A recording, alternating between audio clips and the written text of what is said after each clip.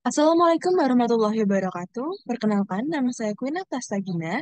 Di sini saya akan menjawab soal ujian akhir semester genap tahun ajaran 2023-2024 mata kuliah statistika yang berbasis take home test. Langsung saja, untuk soal yang pertama, itu berkait dengan materi hipotesis testing. Sebuah sampel yang terdiri dari 10 ikan ditangkap dari danau A, dan konsentrasi PCB dalam ikan tersebut diukur menggunakan teknik tertentu. Data yang dihasilkan dalam satuan parts per million adalah berikut. Danau A itu ada 10 ikan yang ditangkap. Nah, itu datanya danau A itu berikut. Ada 11,5, 10,8, 11,6, 9,4, dan seterusnya. Selain itu, sebuah sampel yang terdiri dari 8 ikan ditangkap dari danau B, dan tingkat PCB dalam ikan diukur dengan teknik yang berbeda dari yang digunakan di danau A. Data yang dihasilkan danau B itu berikut, ada 11,8, 12,6, 12,2, dan seterusnya.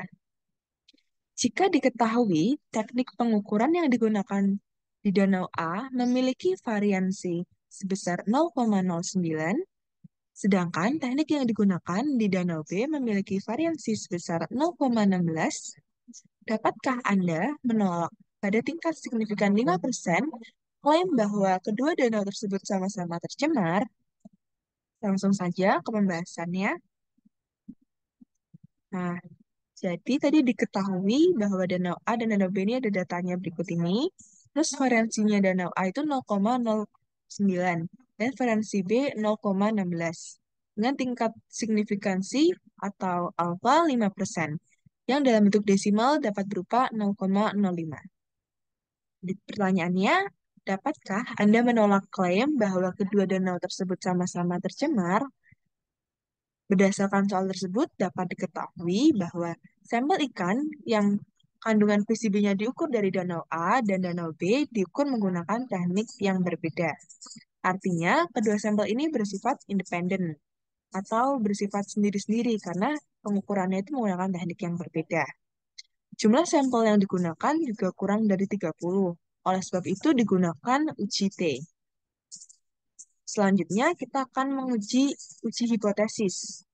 Dalam uji hipotesis ini, mu1 didefinisikan sebagai rata-rata konsentrasi PCB dalam danau A. mu2 didefinisikan sebagai rata-rata konsentrasi PCB dalam danau B. H0 didefinisikan sebagai kedua danau sama-sama tercemar, atau dapat dikatakan mu1 sama dengan mu2. H1 dapat didefinisikan salah satu danau tidak tercemar, atau mu1 tidak sama dengan mu2. Berikutnya dilanjutkan oleh proses perhitungannya atau langkah perhitungannya. Yang pertama dilakukan statistik uji, yaitu mencari X bar A atau rata-rata dari danau A, sampel danau A. Data yang diketahui tadi ada 11,5 ditambah 10,8, 11,6, dan seterusnya itu dijumlahkan dan dibagi dengan total dari anggota di danau A itu, atau sampelnya itu ada 10. Sehingga mendapatkan rata-rata atau X bar A ini 11,7. Begitupun juga dengan yang X bar B, itu juga data dari danau B 11,8, 12,6, dan 12,2 dijumlahkan, lalu dibagi dengan anggota atau banyaknya sampel dari danau B, yaitu 8, sehingga diperoleh 11,99. Berikutnya dilakukan perhitungan dari T hitung yang digunakan rumus X bar A dikurangi X bar B dibagi akar dari SA kuadrat atau variansi A dibagi NA ditambah akar dari SB kuadrat atau variansi B dibagi NB. Nah, X bar min X bar B ini dapat diinput langsung aja dari sini. Terus variansi A itu sudah diketahui dari soal 0,09 dan yang B adalah 0,16. Dengan NA itu jumlah anggotanya danau A itu 10 dan NB jumlah anggotanya danau B yaitu 8. Berikutnya dilakukan perhitungan sehingga menghasilkan minus 4,76 untuk nilai dari T hitung. Selanjutnya, dilanjutkan oleh pencarian nilai dari DF. DF sendiri itu menggunakan rumus N1 ditambah N2 dikurangi 2, di mana N1 ini adalah anggota dari danau A ditambah anggota dari danau B itu 8, lalu dikurangi 2, sehingga menghasilkan 16. Hasil dari DF ini itu dimasukkan atau dicari T kritisnya menggunakan tabel yang ada di sebelah kanan. Nah, di sini kan sudah diketahui bahwa tingkat signifikansi atau alfa dari soal ini tuh 5%. Jadi langsung di kolom yang 5% ini, lalu di sini ada hasil 16. Jadi kita cari yang angka 16. Nah, sehingga kita dapat eh, melihat di sini angkanya adalah 2,120, yaitu hasil dari fungsi DF-nya ini. Atau dapat juga dicari melalui ini. T alfa per 2. Itu sama dengan DF 2,120. Begitu. Selanjutnya, kesimpulan yang diperoleh ini, H0 ditolak jika T value atau nilai T itu lebih besar dari fungsi F atau nilai F yang tadi. Nah, berdasarkan uji statistik yang digunakan, diperoleh T hitung atau T value ini minus 4,76. Sedangkan F dari 0,1516 ini itu berupa menghasilkan 2,120. Jadi T hitung ini dapat kita lihat lebih kecil dibandingkan nilai dari F 0,05 ini. Gitu. Sehingga dapat disimpulkan H0 tidak dapat ditolak, atau dengan kata lain H0 diterima. Maka dari itu dapat disimpulkan bahwa kedua danau sama-sama mengalami pencemaran. Berikutnya, soal yang nomor 2 itu membahas mengenai analysis of variance. Nah, diketahui data berikut itu berkaitan dengan usia kematian spesies tikus tertentu yang diberi satu dari 3 jenis makanan. Nah, 30 tipe tikus yang berumur pendek itu dibagi secara acak menjadi 3 kelompok yang masing-masing berisi 10 ekor. Jadi ada totalnya itu 30 tipe tikus yang berumur pendek, lalu dibagi menjadi 3 kelompok.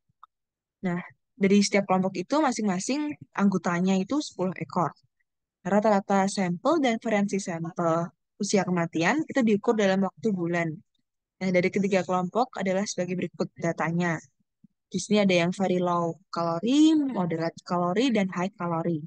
Dengan ini rata-rata sampel rata-ratanya, rata-rata sampel, terus ini ada varian sampelnya sebagai berikut. Yang ditanyakan adalah ujilah hipotesis pada tingkat signifikan 5%, bahwa rata-rata masa hidup seekor tikus tidak dipengaruhi oleh pola makanannya. Langsung saja pembahasannya. Dari pertanyaan tersebut dapat dilakukan uji hipotesis terlebih dahulu dengan mendefinisikan H0 sebagai mu1 sama dengan mu2 sama dengan mu3, yang artinya itu tidak dipengaruhi oleh makanan si tikus itu. Lalu H1 itu dapat didefinisikan setidaknya terdapat satu pasangan tikus atau mu1 sama dengan mu2 yang dipengaruhi oleh makanan. Nah, sini juga dapat informasi bahwa tingkat signifikansi atau alfanya itu 5%, yang dalam desimal dapat berupa 0,05. Lalu dilanjutkan dengan statistik uji, mencari X-bar atau rata-rata. Di sini dari data ini kita dapat mengetahui bahwa diperoleh X-barnya ini 17,63. Selanjutnya, dari informasi ini kita mencari sigma dengan batas atas K dan batas bawah I sama dengan 1. Nah, untuk informasi, K ini adalah banyaknya populasi. Jadi banyaknya populasi dari si tikus. Nah, di sini kita dapat mengetahui bahwa banyaknya populasi itu ada 3, sedangkan di sini sigma I sama dengan 1, dan ini mencari XI dikurangi X bar dan dikuadratkan. Nah, XI ini diperoleh 22,4, itu sudah diketahui di soal, atau rata-rata dari sampelnya ini 22,4, lalu dikurangi dengan X bar. X barnya ini yang sudah diperoleh di sini, rata-ratanya 17,63, lalu dikuadratkan. Begitupun pula dengan yang lainnya, yaitu dari yang moderate kalori 16,3, lalu 13,7. gitu. Sehingga menghasilkan jumlahnya ini 38,80867. Berikutnya dilanjutkan oleh pencarian JKP atau jumlah kuadrat perlakuan. Nah, jumlah kuadrat perlakuan ini dapat dirumuskan sebagai berikut. N sigma batas atas 3 dengan batas bawahnya I sama dengan 1. Ini dikali dari XI dikurangi X bar dikuadratkan. Nah, dari sini kita tahu bahwa N-nya ini adalah atau banyaknya anggota kelompok tiap populasi. Jadi setiap populasi anggota kelompoknya itu ada 10. Terus dikalikan dengan XI min X bar kuadrat yang sudah kita cari sebelumnya. Ini nilai dari XI min X bar dikuadratkan. Kali 38,80867. Lalu menghasilkan 388,867. Selanjutnya, kita mencari sigma batas atas K dan batas bawah I sama dengan 1 SI kuadrat. Ini tuh kenapa kita mencari ini? Karena untuk dapat menghitung dari nilai dari JKG. Di sini langsung saja dimasukkan dalam perhitungan. SI ini sudah diperoleh dari informasi di soal, yaitu rata-rata dari variansi. Di sini yang low kalori itu 24, tinggal di input 24, terus yang moderate kalori 23,2 dimasukkan, dan yang high itu 17,1, sehingga menghasilkan 64,3. Selanjutnya, untuk mencari ini, jumlah kuadrat galat itu menggunakan rumus N-1 dengan sigma, batas atas 3 dan batas bawah I sama dengan 1. SI kuadrat, dikali dengan SI kuadrat. Nah, ini N-nya kan sudah diketahui 10, jadi dikurangi 1 menjadi 9, nanti dikali dengan SI kuadrat. Nah, SI kuadrat itu yang udah kita cari tadi, 64,3, yang sudah dikuadratkan ya ini. Gitu. Jadi langsung saja JKG-nya itu memperoleh hasil 578,7. Selanjutnya, kita akan mencari RKP atau rataan kuadrat perlakuan. Nah, rataan kuadrat perlakuan ini dapat diperoleh menggunakan rumus JKP per K-1. Nah, JKP ini adalah nilai dari yang ada di sini, 388,867 dibagi dengan nilai K dikurangi 1. Dengan K ini pengertiannya adalah banyaknya populasi. Banyaknya populasi di sini tuh maksudnya lebih ke tiga, tiga pengelompokan itu. Tiga pengelompokan yang low, sama yang moderate, sama yang high gitu. 3 dikurangin 1. Sehingga memperoleh RKP-nya ini 194,4335. Selanjutnya adalah pencarian dari RKG atau rataan kuadrat galat. Nah, rataan kuadrat galat ini dapat dirumuskan sebagai berikut, yaitu JKG dibagi K dalam kurung N-1. JKG dapat diperoleh informasinya dari sini, nilainya 578,7 yang langsung saja diinputkan dalam rumus, lalu dibagi dengan K, atau banyaknya populasi itu ada 3, lalu N-nya ini adalah 10 dikurangi 1, sehingga RKG ini menghasilkan 21,43. Setelah kita mengetahui besaran dari RKP dan RKG, lalu kita akan mencari eh, nilai dari F hitung. F hitung ini dirumuskannya itu dapat dicari dari RKP dibagi RKG. Nah, RKB-nya ini tadi nilainya berikut ini, terus yang RKG ini 21,43. Sehingga F hitung itu menghasilkan 9,07. Berikutnya, langkah berikutnya itu mencari daerah kritis. Nah, tadi habis tadi ketemu F hitung, kita sekarang mencari F alfanya. Nah, itu dapat diperoleh menggunakan rumusan berikut. K-nya itu tadi 3 dikurangi 1, lalu di sini ada N-nya 10 dikurangi 1 dikalikan dengan K. Dengan F-nya itu 0,05 sesuai dengan yang diketahui pada soal. Sehingga FA-nya itu menunjukkan besaran 3,35. Atau dapat juga dilihat dalam tabel berikut. Ini menunjukkan angka 3,35. Yang kenapa bisa 3,35? Karena dari sini kan kita sudah mengetahui rumusan ini menghasilkan 2,27. Nah, 2 ini kita cari dari tabelnya, dari arah sini atau critical values-nya ini 2, lalu yang 27 dari tabel yang sebelah sini, sehingga menghasilkan 3,35. Berikutnya, oke, jadi kesimpulannya, berdasarkan statistik uji yang telah dilakukan, diperoleh F hitung itu sebesar 9,07. Dan F dari 0,05 dalam kurung 2,27 ini sebesar 3,35. Sehingga dapat kita lihat besarannya itu nilainya itu lebih besar yang F hitung. Nah, karena nilai F hitung ini lebih besar dibandingkan nilai dari F 0,05 ini, itu dapat kita simpulkan bahwa H0 ini ditolak. Gitu.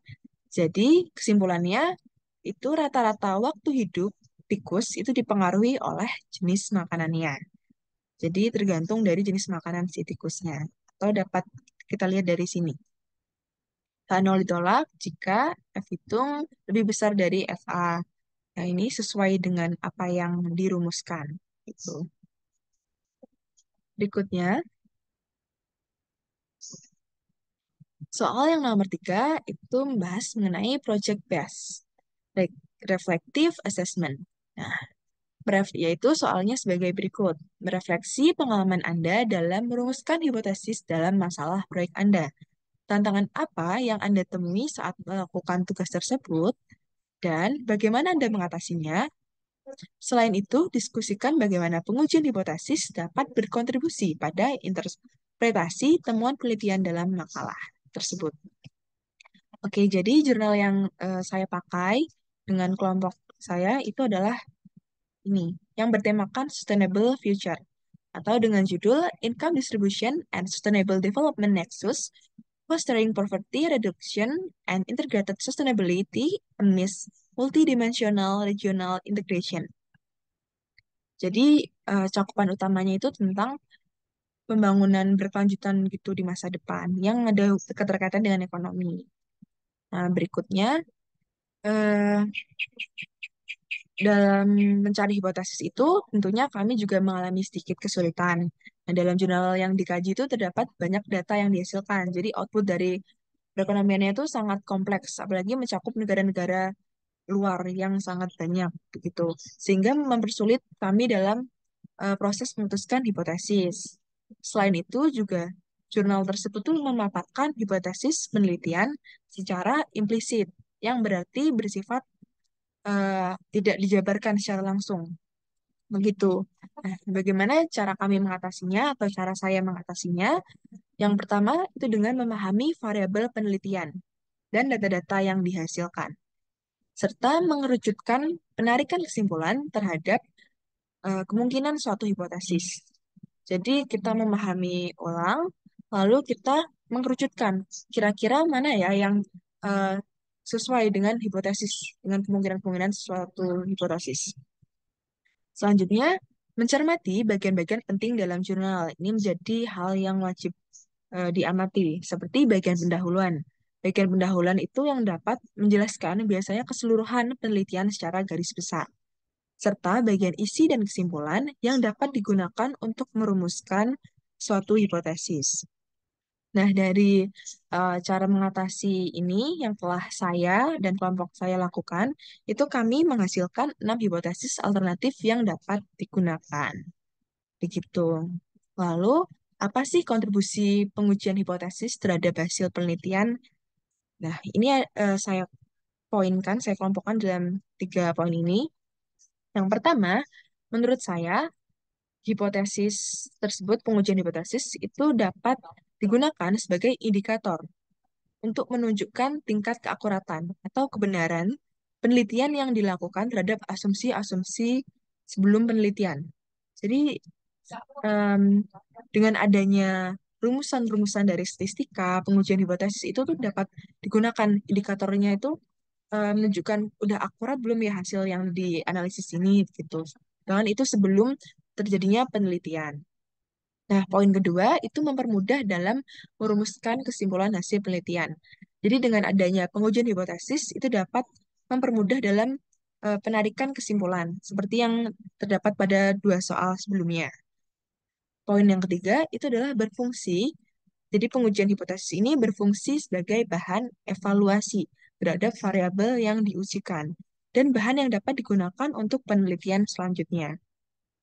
Jadi dengan adanya kita pengujian hipotesis, kita dapat mengerti, oh berarti yang kurang tuh apa aja ya gitu. Jadi kita dapat mengetahui besok untuk kedepannya variabel-variabel yang diuji menggunakan bahan-bahan apa saja gitu.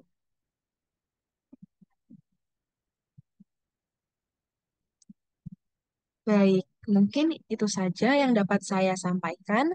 Semoga apa yang saya sampaikan dapat diterima. Mohon maaf apabila terdapat salah kata. Terima kasih. Wassalamualaikum warahmatullahi wabarakatuh.